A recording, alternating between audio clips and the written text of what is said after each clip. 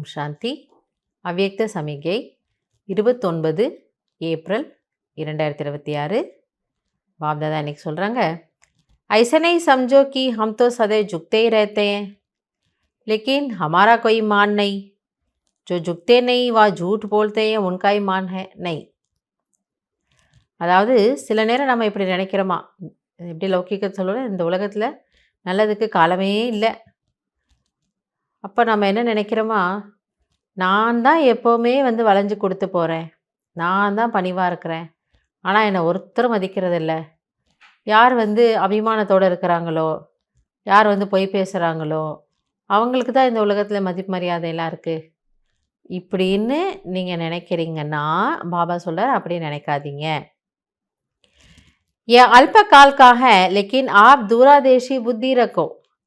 यहाँ जितनों के आगे झुकेंगे अर्थात नम्रता के गुण को धारण करेंगे तो सारा कल्प की सर्व आत्माएं आपके आगे नमन करेंगी.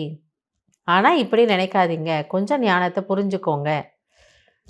ஸோ அல்ப காலத்துக்கு ஏதோ நீங்கள் தோல்வி அடைந்தார் போலவும் மற்றவர்கள் வெற்றி அடைந்த மாதிரி உங்களுக்கு தெரியலாம்.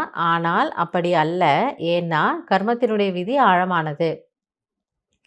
இப்போ நீங்கள் சங்கம் யுகத்தில் எந்த அளவுக்கு பணிவாக இருப்பீங்களோ, எந்த அளவிற்கு மற்றவர்களுக்கு நீங்கள் மரியாதை கொடுத்து வளைந்து கொடுப்பீர்களோ, அப்போ முழு கல்பமோ அவர்கள் உங்கள் முன்னால் தலை வணங்குவார்கள்.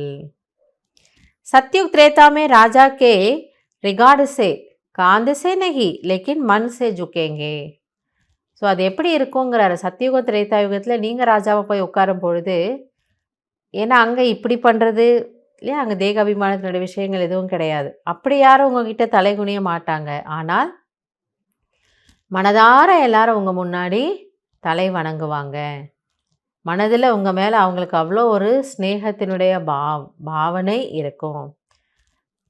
அவர் துவாபர கலியுகமே காந்து சுக்காயங்கே.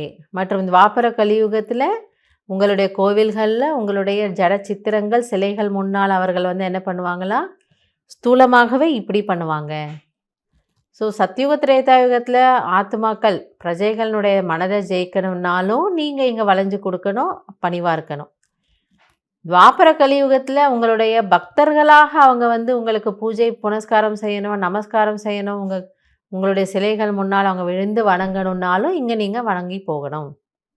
எனவே அதனால் இப்படி நினைக்காதீங்கிறார். நான் தான் எப்போவும் விட்டு கொடுக்கணுமா, இல்லை இதில் நீண்ட காலத்தினுடைய பலன் இருக்குங்கிற இந்த ரகசியத்தை புரிஞ்சுக்கிட்டு குஷி குஷியாக நீங்கள் பணிவாருங்க. அதில் ஒரு ப்ரெஷர், அதில் ஒரு டென்ஷன் வேண்டாம், அதில் ஒரு வருத்தம் வேண்டாம், அதிருப்தி வேண்டாம், நான் தான் செய்யணுமான்றது இல்லை. ஏன்னா இந்த சீக்ரெட் இருக்குங்கிறத நீங்கள் புரிஞ்சுக்கோங்கன்னு பாபா இன்றைக்கி நமக்கு புரிய வைக்கிறார். அதனால் சங்கம் யுகத்தில் நம்ம எந்த அளவுக்கு பணிவாக இருக்கிறோமோ, வளைந்து கொடுக்குறோமோ, விட்டு கொடுக்குறோமோ, அந்த அளவுக்கு நம்ம மகான் ஆகலாம். அப்படிங்கிறது தான் பாபா இன்றைக்கி நமக்கு சொல்லக்கூடிய சைகை. நல்லது. ஓம் சாந்தி.